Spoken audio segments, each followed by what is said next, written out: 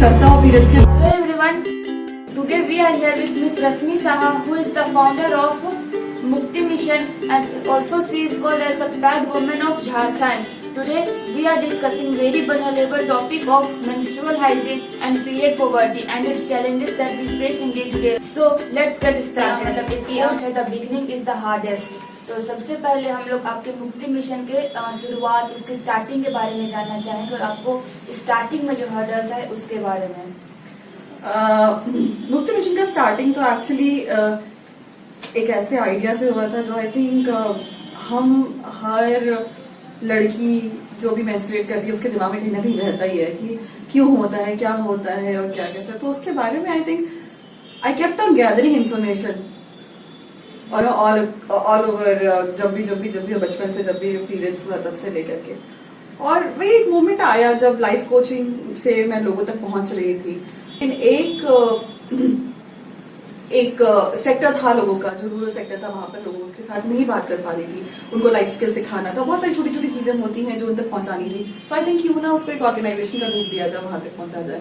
और फिर कॉज सोचा कि why not menstrual hygiene and mental health. तो मेंस्ट्रुअल हाइजीन से शुरू किया था हमने और बस हो गया। और हर्डल्स के ऑफ कोर्स टबू के बारे में बात करना, किसी ऐसे टॉपिक के बारे में बात करना जो जिसमें बहुत सारा स्टिग्मा है, उसको हमेशा हश हश टोन में बातें होती है, उसके बारे में लोग बात नहीं करते हैं, उसके बारे में ओपन अप होना in it self was a great challenge. तो ये था लोगों से कैसे अप्रोच करें, बात कैसे करें, उनके थोड़े से रिजेक्शंस भी झेलने पड़े, सवाल भी आई थिंक कहीं पे उनका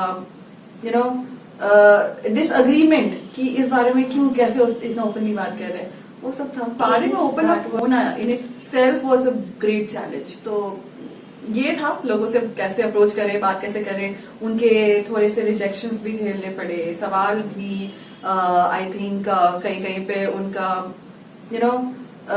डिसअग्रीमेंट कि इस बारे में क्यों कैसे इतना ओपनली बात कर रहे हैं, वो सब था। तो yes, that was the hurdle that I crossed. और हम लोग अर्बन और रूरल एरियाज के बीच में जो डिफरेंसेस है उनके बारे में बात करें तो अर्बन एरियाज में देखें तो हर चीज जो होता है, जो हाइजीन के लिए जो चीजें काम आएंगी जैसे पैड्स, टैम्पून्स, ये सब इन सब चीजों का वहाँ एक्सेस रहता है, लेकिन रूरल एरिया में नहीं रहता है।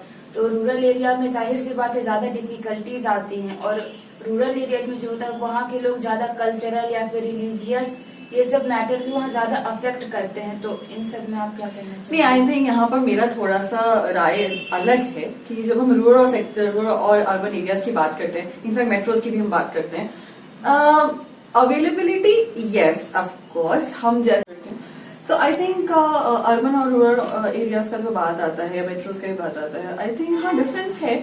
आई थिंक जब अवेलेबिलिटी ऑफ रिसोर्सेज की बात करते हैं तो yes of course rural areas में कस्बों में इन सब चीजों की अवेलेबिलिटी कम होती है, लेकिन हम उसको कहीं भी कंपेयर नहीं कर सकते अबाउट एक्सेप्टेंस और एक्सेप्टेंस से रिलेटेड चीजें और माइंडसेट या कल्चरल इंक्लिनेशन। आई थिंक ये हर जगह ही होता है, it's a very personal choice. And भले लोग कितने पढ़े लिखे भी हैं, मैंने उनसे ऐसी बातें सुनी है, मैंने बहुत सारी पढ़ी लिखी औरतों से सुना है ऐसा कि नहीं, एक मिथ है कि हम पौधा नहीं छू सकते।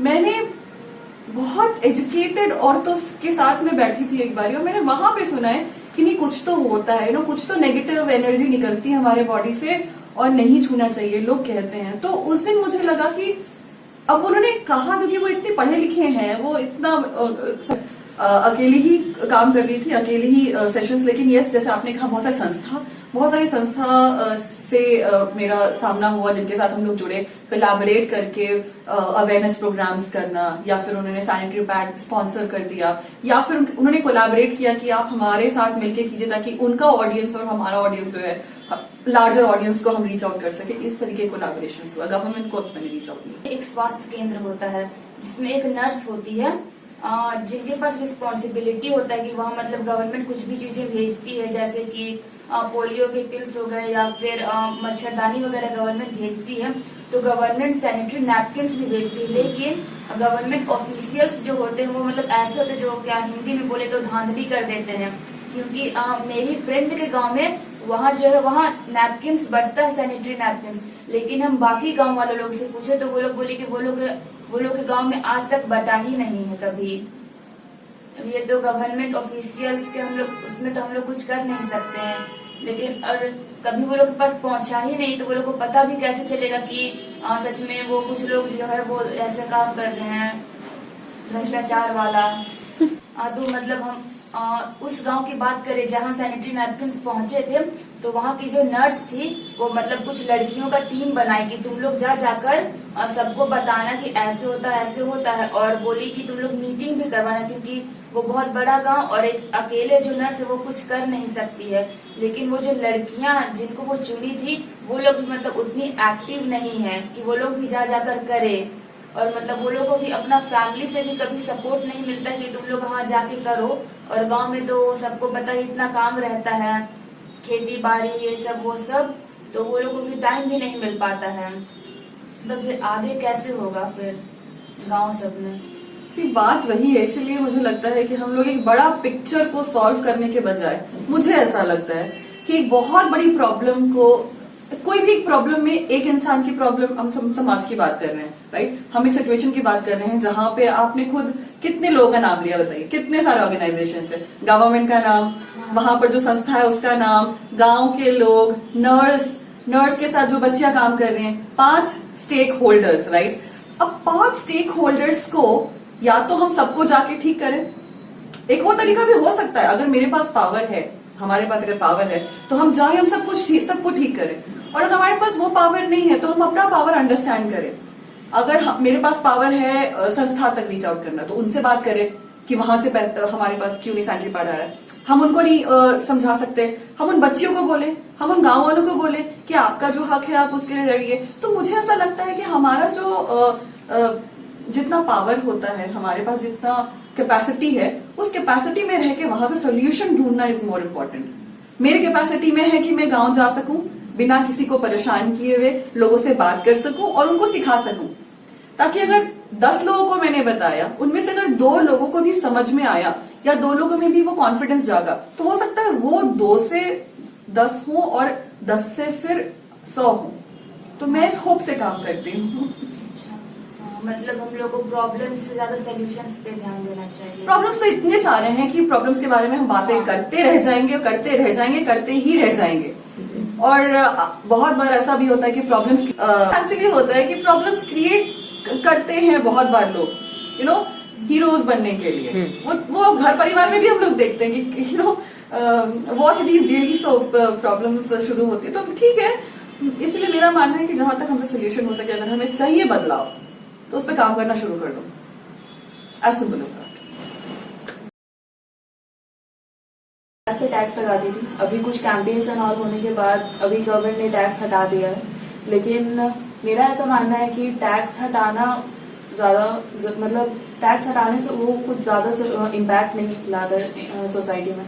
मुझे ऐसा लगता है कि मतलब अगर हम लोग पैड्स को फ्री ऑफ कॉस्ट, अगर हम लोग जैसे कि तृप्ति ने बोला कि जैसे अगर पैड्स अगर फ्री ऑफ कॉस्ट अवेलेबल रहेंगे तब वो लोग जाएंगे लेने के लिए, वरना वो लोग सोचते हैं कि मतलब जैसा आपने भी बोला कि जो 30 रुपए से मैं अपना खाना खा सकती हूँ, वो मैं पैड पे क्यों खर्चा करूँ। तो आपको क्या लगता है कि मतलब गवर्नमेंट को फ्री ऑफ कॉस्ट करना चाहिए? आई थिंक दोनों चीजें साथ में चलनी चाहिए।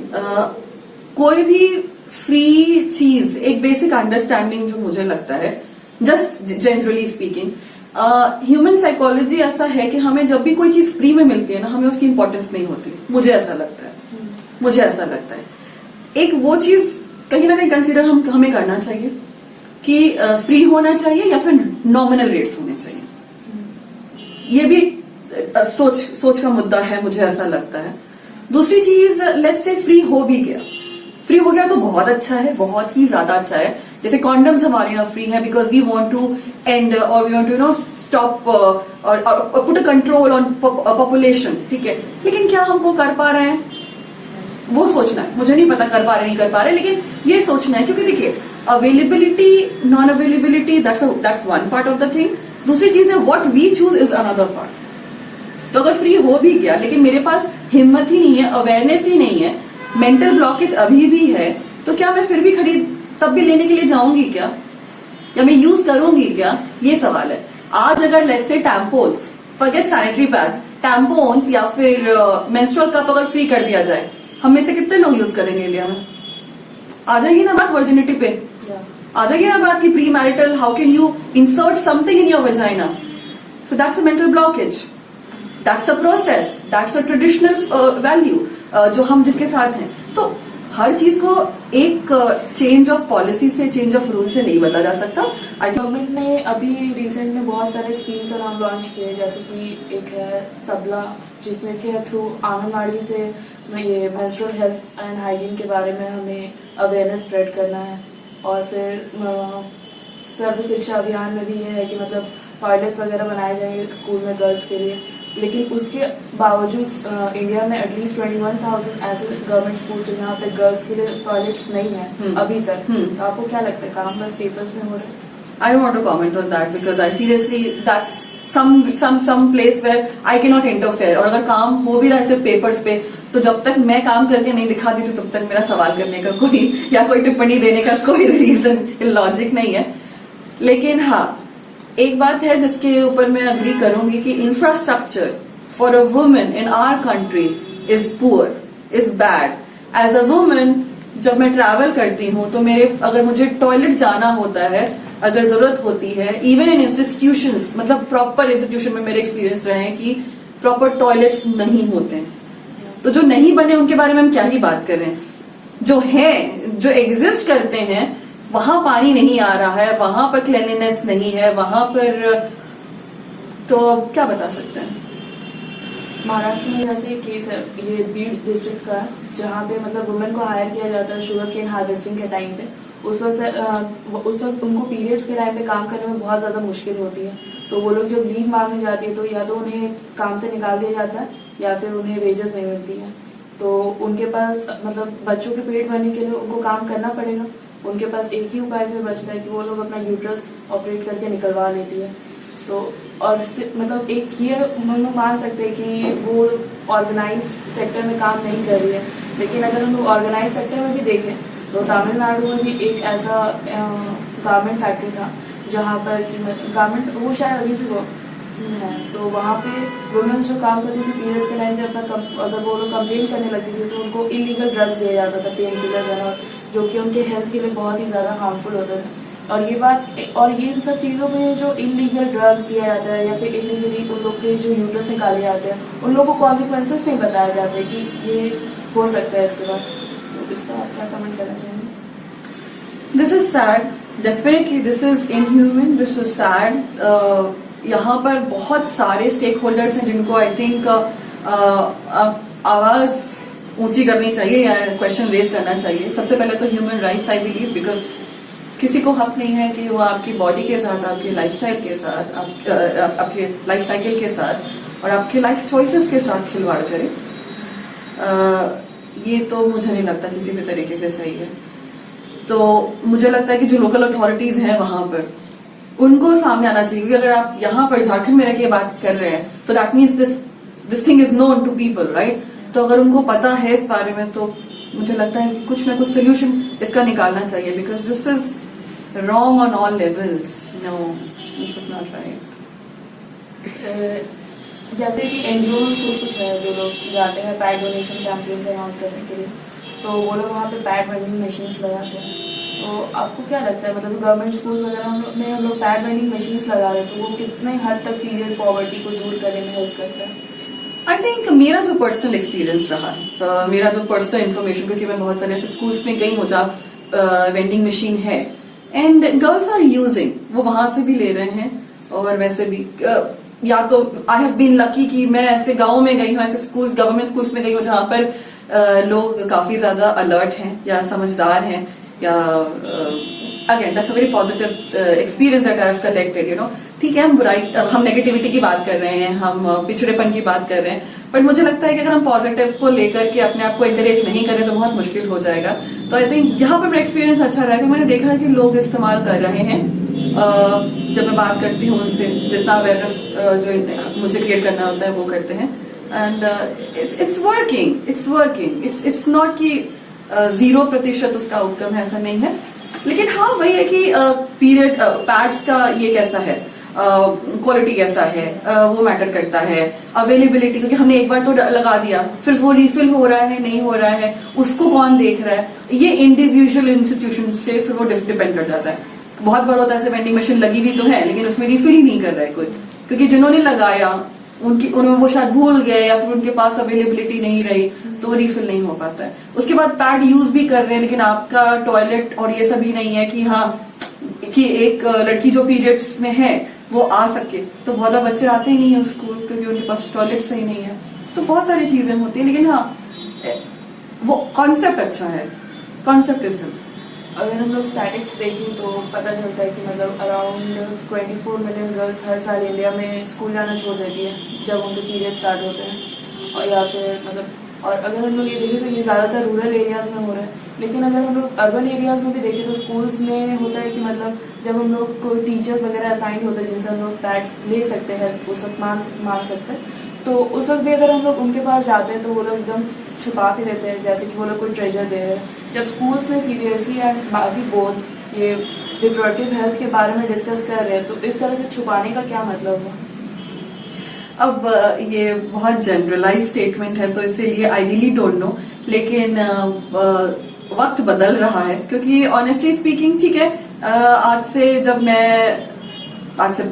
25 years back, yes, when I menstruated for the first time and when I was menstruating, I think उस वक्त भी my teachers were pretty supportive, I would say, you know, कि अगर बात हो रही है पीरियड्स की तो हम बोल सकते थे, हमें झिझक नहीं थी तभी।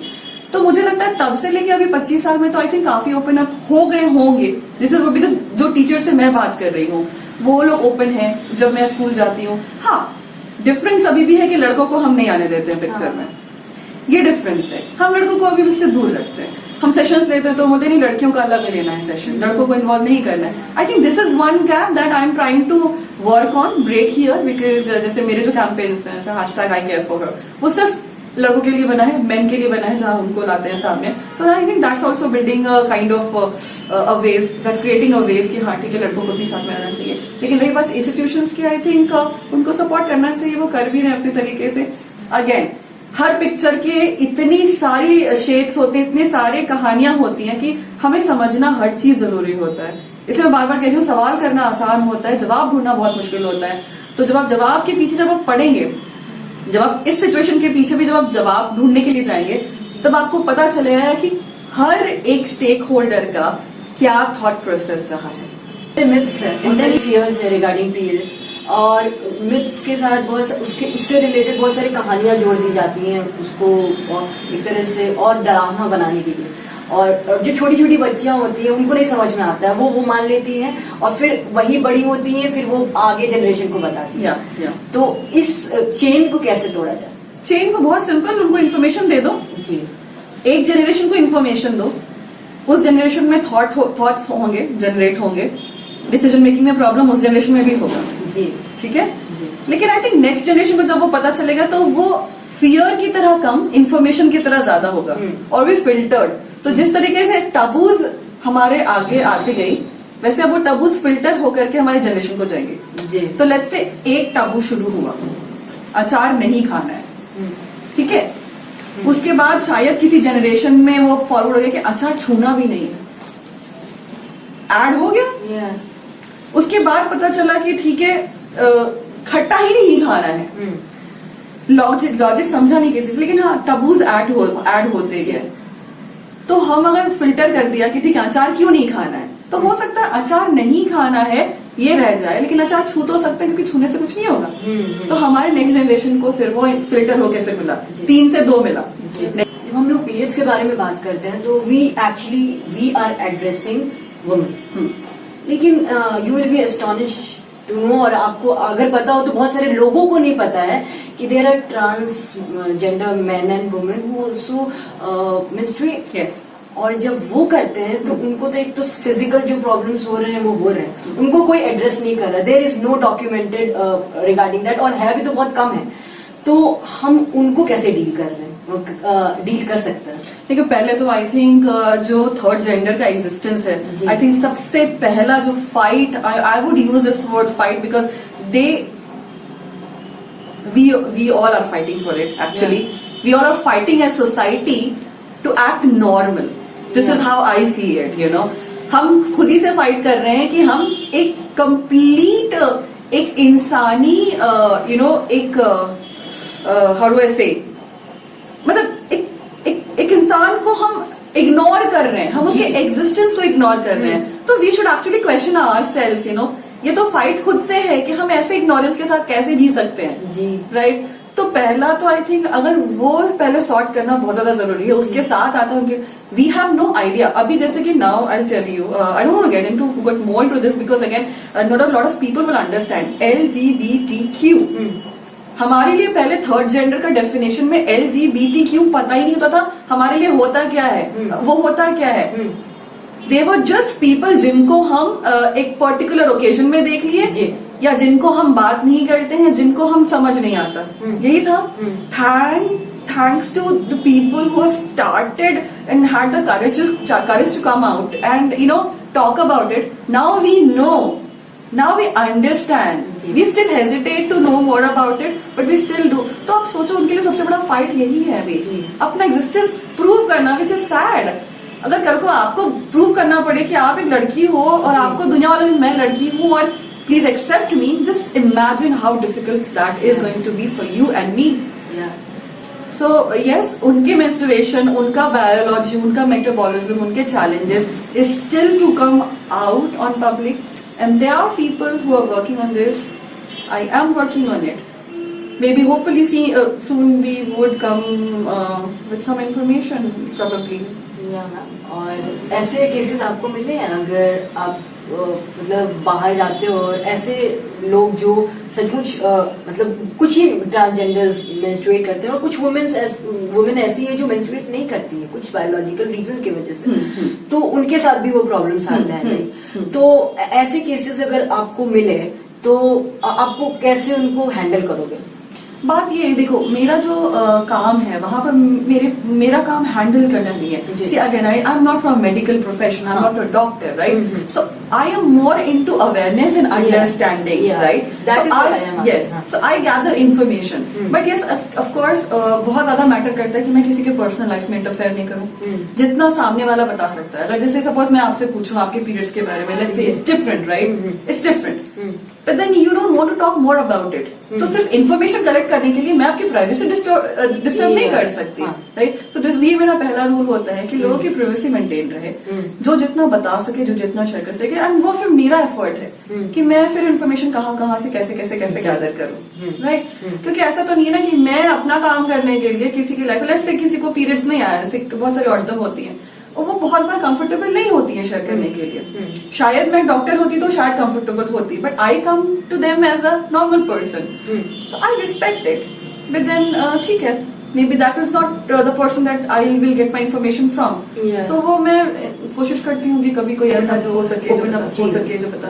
और एक और चीज है कि हमारे पास कल्चर्स हैं, हमारे पास पॉलिसीज हैं, लेकिन आपको क्या लगता है कि कल्चर ज्यादा इम्पैक्टफुल अगर रोल प्ले करेगा इस मतलब टैबू को हटाने के लिए? क्योंकि आप जैसे लोग हेजिटेट होते हैं बात करने के लिए, अगर उनको पॉलिसीज मिले, अगर उनको कल्चर मिले, तो कौन सा बेटर होगा? दोनों साथ चलना जरूरी है, क्योंकि policies will structurize things, culture हमें सपोर्ट करेगा.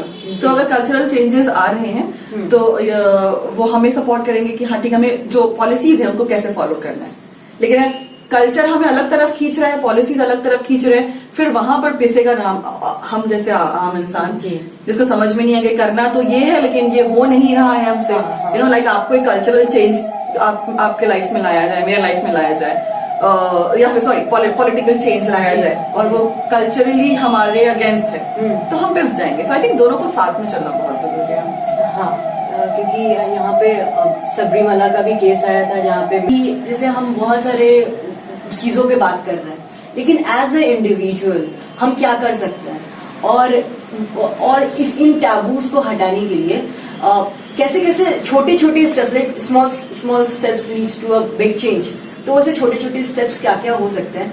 लाइक जैसे एक घर में ही मान लीजिए मैं एक बेटी की तरह हूँ अगर, तो मैं कैसे चेंज ला सकती हूँ कि मेरे फादर एक्सेप्ट कर सके मेरे को, कि हाँ मैं कंफर्टेबल हो सकूँ, कि मैं उनको बता सकूँ कि आई एम इन पीरियड्स, मेरे लिए अगर मेरी मम्मी नहीं है तो मुझे अगर सैनिटरी पैड का जरूरत है तो मैं उनसे खुल के बात कर सकूँ। तो ऐसे छोटे छोटे चेंजेस के लिए क्या करना होगा? जैसे आपने खुद ही एग्जांपल दिया, start with your family, I जी। थिंक दैट्स इम्पोर्टेंट, हाँ। You know. It's not necessary कि चाय पे बैठ के चर्चा हो पीरियड्स के जी। बारे में, वो जरूरी नहीं जी। है। लेकिन हाँ, अगर आपको कोई जरूरत है तो हेजिटेशन भी नहीं होना चाहिए, बिकॉज जी। Normal thing. हेजिटेशन को एक पॉइंट पे ब्रेक करना जरूरी है, और वो हर इंसान की लाइफ में आता ही आता है। मेरी लाइफ में आया, like okay, I started talking about periods to my dad first, actually, you know, accidentally, because he used to be, you know, घर का डॉक्टर, सो उनसे बताते थे कोई भी प्रॉब्लम होती थी। बट लेकिन अगेन वो मेंटल हेजिटेशन था, because it was about, you know, something I can not talk about, तो क्या क्या क्या। बट देन ठीक है, एक बार पापा के साथ में एग्जाम देने के लिए गई थी, ट्रैवल कर रही थी, and I got my periods and I had to ask him. I think हम हर इंसान के लाइफ में एक मोमेंट आता है जहाँ पर वो मोमेंट ब्रेक होता ही है, जी। ठीक है। तो उस मोमेंट में थोड़ा करेजियसली एक्ट करें और उसको नॉर्मलाइज करें, क्योंकि अब मैं बोल रही हूँ, मेरे को बोलने वाला शायद कोई नहीं था, ठीक है, बिकॉज वी नेवर नो ऐसा कुछ होगा, ठीक है। घर में इट वॉज एन ओके माहौल, लेकिन you can understand, you know, आज से 25 साल पहले we were not that open, we were okay okay okay open, बहुत पिछड़े भी नहीं थे, एकदम हश हश नहीं, बात नहीं करना एकदम से, यू नो, बंद करके रखा है, वैसा कुछ नहीं था। लेकिन फिर भी ऐसा नहीं है कि हाँ कंफर्टेबल है उसमें। So here normalizing menstruation is very important. If there is a myth, if there is a taboo related to it and you're following, have information. And अगर आपके पास information है तो बाकियों को दीजिए, घर में पता होना चाहिए सबको। हर कोई बदलेगा ये जरूरी नहीं है, बदलना इंसान का पर्सनल चॉइस होता है जी। लेकिन इंसान को नॉलेज हम शेयर कर सकते हैं। क्या कीजिए, बच्चे हैं अभी तो ठीक है, बच्चों को ज्यादा मुझे लगता है बहुत उनको फोर्स नहीं करना चाहिए कि एकदम बचपन से उनको हर चीज के बारे में पता हो, लेकिन किस तरीके से पता हो बहुत जरूरी होता है। एक 10 साल के बच्चे का इन्फॉर्मेशन डिफरेंट होगा rather than 15 साल का। जी। एक 20 साल के बच्चे के साथ अवेयरनेस के साथ रिस्पॉन्सिबिलिटी भी आती है। So this is how you need to educate if you know trying to be there. Expectation अलग हो सकते हैं। अब 15 साल के एक लड़के के साथ जो एक्सपेक्टेशन होंगे वो डिफरेंट होंगे जो एक 25 साल के लड़के के साथ आपके एक्सपेक्टेशन होने चाहिए।